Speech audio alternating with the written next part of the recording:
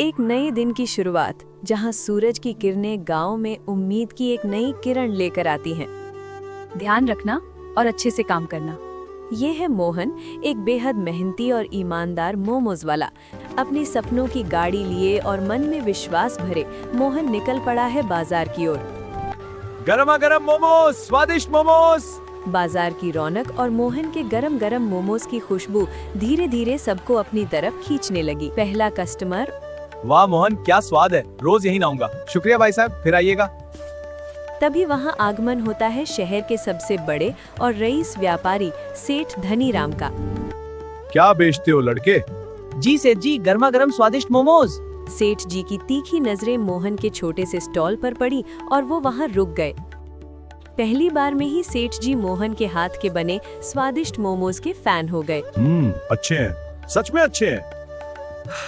दिन ढल रहा था, सूरज डूब रहा था और बाजार की चहल पहल अब धीमी हो रही थी। मोहन थका हारा पर एक सुकून भरी मुस्कान लिए अपने घर की तरफ निकल पड़ा।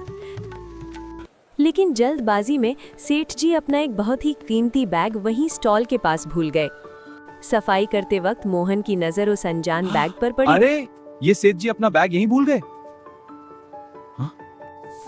इतना सारा सोना और पैसा, मैंने इतनी दौलत कभी नहीं देखी।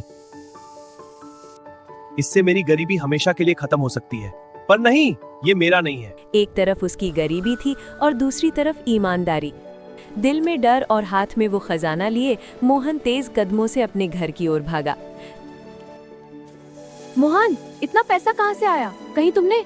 जब उसकी पत्नी सुनीता ने वो बैग देखा तो उसके पैरों तले जमीन खिसक गई।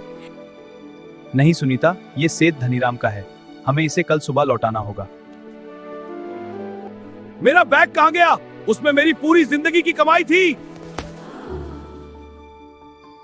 बस कल सुबह तक फिर ये बोझ खत्म हो जाएगा। वो पूरी रात मोहन के लिए किसी इम्तिहान से कम नहीं थी, पर उसका इरादा पुख्ता था।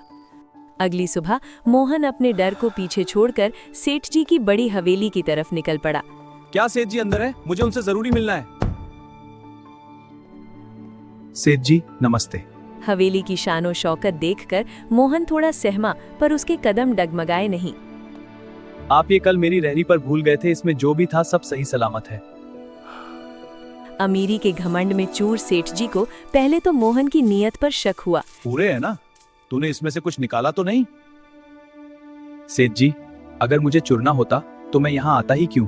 लेकिन मोहन की आंखों की सच्चाई ने सेठ जी के सारे सवालों को चुप कर दिया। मुझे माफ कर दो मोहन, मैंने तुम्हारी ईमानदारी पर शक किया। सेठ जी का घमंड चूर चूर हो गया। ये तुम्हारी ईमानदारी का इनाम है, इसे रख लो। नहीं सेठ जी, मैंने वही किया जो मेरा फर्ज था। सेठ जी ने सोने के सिक्के इनाम में देने चाहे, पर मोहन ने बड़ी सादगी से इनकार कर दिया। ये लड़का सोना नहीं लेगा, पर मैं इसे कुछ ऐसा दूंगा जो ये मना नहीं कर पाएगा। बाजार में लोग मोहन का मजाक उड़ा रहे थे। देखो, ये वही मूर्ख है जिसने लाखों रुपए वापस कर दिए। फिक्र मत करो मोहन, हमने सही काम किया है। सुकून की रोटी सबसे मीठी होती है। तभी बाजार में एक शानदार गाड़ी आकर रुकी, जिसने पूरे बाजार को हैरत में डाल दिया।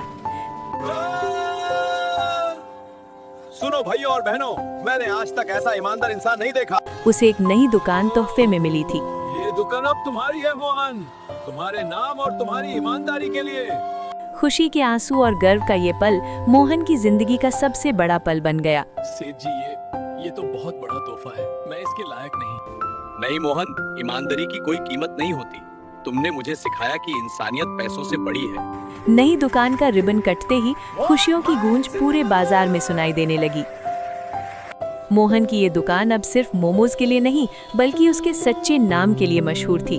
तो मोहन के मोमोज और भी स्वादिष्ट लग रहे हैं। धीरे धीरे बाजार के बाकी दुकानदारों के मन में भी सच्चाई का बीज पनपने लगा।